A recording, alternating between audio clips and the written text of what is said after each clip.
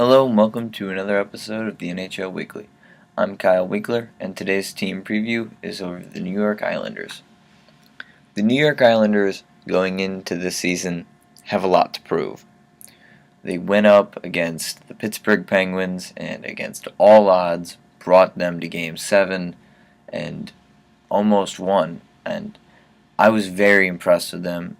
They have the kind of team camaraderie and pesky comeback team preference that is enjoyable to watch. They're underdogs. People root for them.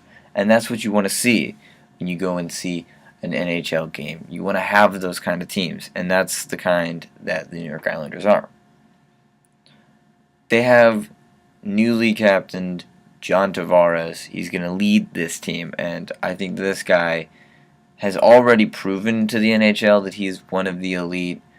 But I think now more than ever is his time to shine. He can now prove to everyone that he belongs in the top 5 of the league. And he's going to be the man for them. He's going to be their captain, their face. He's going to be that franchise. When they went to the playoffs, people stopped saying who's going to be on the first line. People started saying who's going to be on the wing with John Tavares. And that's a big step for him and for that franchise to have a name guy like that. And it's big for them. And I'm happy that they're back in the playoffs. And I'm excited that they're going to get to move to the Barclays Center in a couple of years. It's very exciting. They're on the uphill. This is what it feels like after years of rebuilding.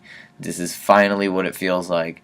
But they need to keep in mind that they're not out of the woods yet. Nabokov is 38, 39 years old.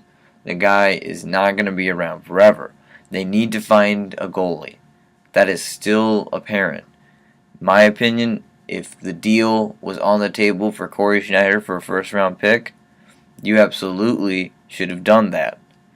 And then they could really have been solidified for the next couple of years. But they did not. They stuck with the team that got into the playoffs, and I can understand that, and I can see the logic in that. Moving into the season, I'm happy for them. I think they're going to be a playoff team. Maybe not. There's a possibility they could barely miss it, but they're going to be competitive for it, and they're going to work hard for it, and I would look to see them trying and possibly in the playoffs.